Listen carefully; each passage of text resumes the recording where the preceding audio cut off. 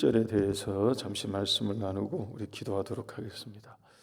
여러분, 절기에 붙은 이름은 보통 하나가 아니고 2개 또는 3개 정도 됩니다. 이 7.7절은 주로 구약에서는 맥추절이라는 이름으로 혼용이 되어서 사용되다가 후대에 오면 주 1세기 또 주전 1세기 이렇게 이스라엘 역사에서 후대에 오게 되면 오순절이라는 이름이 뒤에 추가가 되었습니다. 이 이름이 붙을 때는 이 기준이 있어서 이름이 붙은 것인데요. 7.7절은 유월절을 실은 기준으로 합니다. 그러니까 유월절이 시작되는 안식일을 기준으로 7일을 7번 지나서 이 절기를 지킨다고 해서 이게 7.7절 이렇게 이름이 붙은 거고요. 근데 그 기간을 가만히 보니까 보리추수가 시작이 되어서 밀추수가 끝나는 기간이 딱 이 기간이었던 것입니다. 그래서 사람들이 혼용해서 불렀습니다. 7.7절에 대해서 여기를 맥추절 이렇게 부르기도 했습니다. 엄밀히 말하면 이 맥추절은 보리추수만을 얘기하는 게 실은 아닙니다. 원래 사용된 이 용어의 원뜻도 보리를 가리키는 게 아니고 밀을 가리킵니다. 이름이. 근데 그냥 우리가 통상적으로 번역할 때 이제 맥추절 이렇게 번역했는데 보리추수부터 밀추수가 끝나니까 곡식 추수를 통칭하는 그런 말입니다. 오늘은 어제 우리가 나누었던 유월절 절기, 유월절과 비교해서 이 7.7절이 가지고 있는 차이점, 거기에 두신 하나님의 뜻이 어떤 것인지 우리 같이 한번 묵상하도록 그렇게 하겠습니다. 비교해 볼 때, 유월절과 비교해 볼 때 2가지의 차이점이 있고요. 또 1가지의 공통점이 있습니다. 차이점 2가지는 이것입니다. 10절을 보십시오. 오늘 본문 10절을 보시면 내 하나님 여호와 앞에 7.7절을 지키되 내 하나님 여호와께서 내게 복을 주신 대로 내 힘을 헤아려서 자원하는 예물을 드리라고 말씀을 하십니다. 여러분, 7.7절은 어떤 절기냐 하면 우리가 하나님께 드리는 절기입니다. 6월절에는 이런 게 없었어요. 6월절에는 하나님이 이런 명령을 실은 하지 않으셨습니다. 오히려 6월절은 어떤 절기냐 하면 하나님이 우리에게 내어주신 절기입니다. 우리가 무엇인가 하나님께 드리는 절기가 아니고요. 6월절은 하나님이 우리에게 뭔가를 주신 절기입니다. 어린 양을 내어주셨어요. 어린 양을 양식으로 우리에게 취하라고 말씀하시고 그 6월절 먹기를 해야 되는 게 6월절 절기였습니다. 구약에서는 말 그대로 어린 양을 양식으로 먹은 거고요. 신약에 오면 이게 명확해지죠. 진정한 어린 양이 되신 예수님을 하나님이 우리를 위해 내어주신 절기입니다. 그래서 우리가 드리는 것이 아니라 실은 하나님이 우리를 위해 희생을 감당하신, 희생이 되어 주신 것이 6월절에 담긴 참된 의미입니다. 근데 이 7.7절은 그런 6월절이 지나고 난 다음에 우리가 하나님의 자녀, 하나님의 백성이 되었습니다. 하나님이 백성이 되어서 하나님이 내려주시는 복을 받아 살게 되었기 때문에 그렇게 살게 되었으므로 뒤따라 지키는 절기가 이 7.7절이었습니다. 그래서 하나님이 우리에게 요구하시고 명령하십니다. 하나님께 드리라고 말씀을 하셔요. 드림에 있어서 지침도 알려주십니다. 10절 말씀 다시 한번 보십시오. 10절 다시 보시면 거기에 복을 주신 대로 힘을 헤아려서 드리라고 말씀하시죠. 여러분, 여기에 힘을 헤아려서 드린다 하는 말을 기억하실 필요가 있습니다. 여러분들, 헌금은 원칙적으로 빚을 내서 하는 것이 맞지 않습니다. 우리 한국교회 안에서 이거 바르게 이해할 필요가 있는데요. 헌금을 강조하다가 예전에 헌금을 강조하다가 빚내서 헌금 해도 되는 것처럼 여러분, 헌금은 원칙적으로 빚을 내어서 부채를 만들어서 헌금을 하는 것은 실은 옳아 보이지 않아요. 이게 맞지 않습니다. 물론 성경에 보면 구약에는 사렙다 과부의 이야기가 있는 것을 우리가 압니다. 그리고 신약에 오면 옥합을 깨트린 마리아의 이야기도 우리가 알아요. 그리고 자신의 전부가 두렙돈인 사람이 그 두렙돈을 드리는 그런 이야기도 우리가 압니다. 이런 경우는 전부 다 자기의 힘을 헤아려서 전부를 드린 특별한 헌신을 가리키는 거예요. 이 사람들도 전부 자기의 힘을 헤아려서 모든 것을 드린 그런 헌신의 이야기입니다. 오늘 이 말씀에 하나님께서 우리에게 알려주시는 규례죠, 규례. 헌금에 관한, 예물에 관한 규례인데, 이 첫 번째 이 지침이 뭐냐 하면 복을 받은 대로 힘을 헤아려서 드리라고 말합니다. 자기에게 있는 것이 두렙돈이면 하나님이 특별한 주신 마음을 가져서 이걸 다 드리고 싶으면 드릴 수 있는데, 본인이 가진 힘을 헤아려서 드리는 거죠. 이게 준칙입니다. 여러분, 이걸 적용하면 이 점을 기억할 필요가 있습니다. 많은 복을 받은 사람은 받은 복을 따라서 하는 것입니다.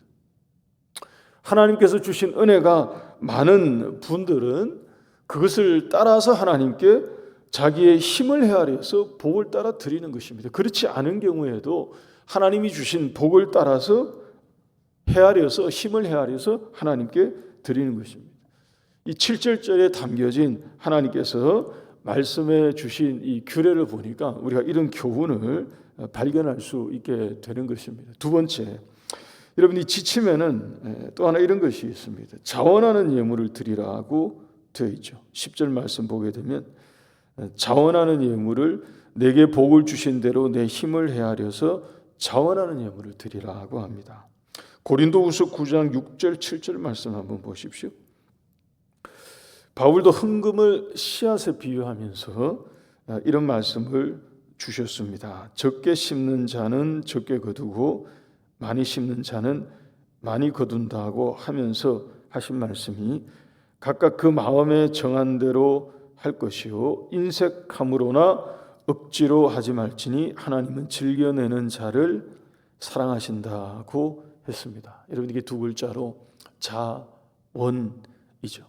헌금이, 여러분, 우리 성도님들께서 기억하고 계셔야 됩니다. 헌금이 정말로 하나님 앞에 좋은 씨앗으로 심겨지기 위해서는 바울이 딱 이것을 알려주었습니다. 적게 심는 자는 적게 거두게 될 것이고 많이 심는 자는 많이 거두게 될 것이지만, 그 다음에 뒤따라 나오는 말씀이 이게 억지로 하거나 인색함으로 하는 것이 아니라 하나님이 주신 복을 따라서, 본인이 알죠. 내가 어떤 복을 받으면서 지금까지 살아왔는지 본인이 왜 모르겠습니까? 하나님이 우리에게 주신 그 복을 따라서 자기의 힘을 헤아려서, 여기는 힘껏 그야말로 자원하는 마음으로 하나님 앞에 예물을 드리라 하는 것입니다. 7절에 주신, 담겨진 이 첫 번째 명령과 같습니다. 6월절과 비교해 볼 때 차이면서도 특징적인 그런 규례입니다. 또 하나의 차이점이 있습니다. 11절 보십시오. 11절 말씀. 오늘 본문 11절입니다. 맨 끝에 보시면 내 하나님 여호와 앞에서 즐거워할지니라 고 하십니다. 11절 말씀 앞부분부터 보면 너와 내 자녀와 노비와 내 성중에 있는 레위인 객, 그 다음에 고아, 과부, 한마디로 말하면 모두를 다 지칭하는 거죠. 모두 함께 하나님이 자기 이름을 두시려고 택하신 곳에서 다 함께 즐거워하라고 말씀을 하십니다. 6월절은 비교해 볼 때 6월절은 그렇지 않았습니다, 여러분. 6월절은 하나님이 이런 명령을 하시지 않고요, 오히려 좀 반대되는 명령을 주셨습니다. 무교병을 7일 동안 먹으라고 말씀하셨거든요. 근데 그 무교병을 표현하는 표현이 나왔습니다. 어제 말씀에 고난의 떡이라고 얘기했습니다. 그러니까 7일 동안은 마치 뭘것 같으냐 하면 그냥 무교병을 7일 동안 먹으면서 이 고난을 곱씹는 거죠. 고난을 묵상하는 거죠. 마치 우리에게 성금요일을 한 7번 지나는 것 같습니다.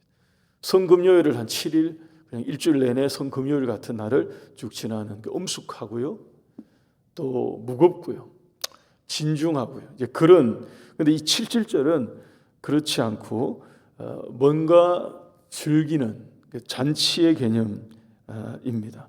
하나님 앞에 같이 기뻐하고 즐거워하고 모두가 모여서 하나님 안에서 즐거워하는 그런 절기였던 것입니다. 사도행전에 오면 이것을 잘 보여줍니다. 사도행전에 오순절 날이 되었을 때 하나님께서 그들 가운데 성령을 부어 주셨습니다. 사도행전 2장에 나오는 말씀이죠. 하나님께서 그들에게 성령을 부으셔서 이 77절인 오순절에 성령이 임하게 되었을 때 그들 모두가 어떻게 되었느냐? 사람들이 볼 때 새술에 취한 것처럼 그들 모두가 각자 자기의 방언으로 하나님의 큰일을 말하기 시작했다고 합니다. 그러니까 그들 가운데 그야말로 큰 축제가 임한 것, 하늘의 축제가 임한 것과 같죠. 하늘의 큰 잔치가 벌어진 것과 같은 그런 놀라운 역사를 하나님께서 보여주신 것입니다. 구약에서 말씀하신 이 77절의 규례가 신약에 와서 실현된 것과 같은 그런 거죠. 여러분 거기에 보면 사도행전에 보게 되면 모인 사람들이 유대인만이 아닙니다. 유대인도 있고 이방인들도 있고요. 각 나라 이름들이 쭉 다 나오거든요. 아라비아 사람들도 와 있고 모든 사람들이 다 와 있는데 자기들이 전부 다 자기 나라 말로 하나님의 일을 말하는 그런 놀라운 은혜가 그들 가운데 임했던 거죠. 그러니까 77절이 가지고 있었던 하나님이 규례로 정해 주셨던 아주 특징적인 그러한 모습과도 같습니다. 이런 게 차이점이라면 공통점이 한 가지 있습니다. 6월절과 77절에 공이 함께 나오는 12절 말씀. 제가 한번 더 읽어드리겠습니다. 12절. 너는 애굽에서 종되었던 것을 기억하고 이 규례를 지켜 행할지니라. 여러분 역시 기억입니다. 기억. 절기는 기억을 위한 것이. 그러니까 무엇을 기억하는가 보니까 우리가 원래 어떤 상태에 있다가 지금 여기에 이르게 되었는지를 잊지 말라고 이걸 기억하라고 말씀하십니다. 이게 우리에게 참 중요한 의미를 가지고 있죠. 여러분 6월절이 되었던 77절이 되었던 하나님은 이들에게 너희들이 원래 애굽의 종이었던 것을 잊지 말라 하신 것입니다. 바꿔 말하면 이게 다 은혜다 하는 거죠. 하나님이 베풀어 주신 은혜 때문에 6월절에 고난의 떡을 먹으면서 고난의 떡을 먹어도 하나님이 우리를 구원하신 구원의 은혜에 대한 감사를 잊지 말라고 이 절기를 그 절기를 지키게 하신 거고요. 풍성한 곡식을 거둔 이후에 이 77절을 지킬 때 축제 같은 잔치 같은 절기를 지킬 때라도 하나님이 우리를 구원하신 구원의 은혜를 잊지 말라 하신 것입니다. 여러분 우리 모두가 여기에 담겨진 하나님의 이 뜻을 분명히 알고 죄에서 우리를 구원하신 하나님의 그 은혜를 한시도 잊지 않고 살아가는 우리 모두가 될 수 있기를 바랍니다. 오늘 하루도 우리 하나님의 은혜를 기억하며 우리의 모든 상황에서 하나님의 은혜를 붙들고 살아가시는 우리 신실한 주의 백성들이 다 되시기를 바랍니다. 우리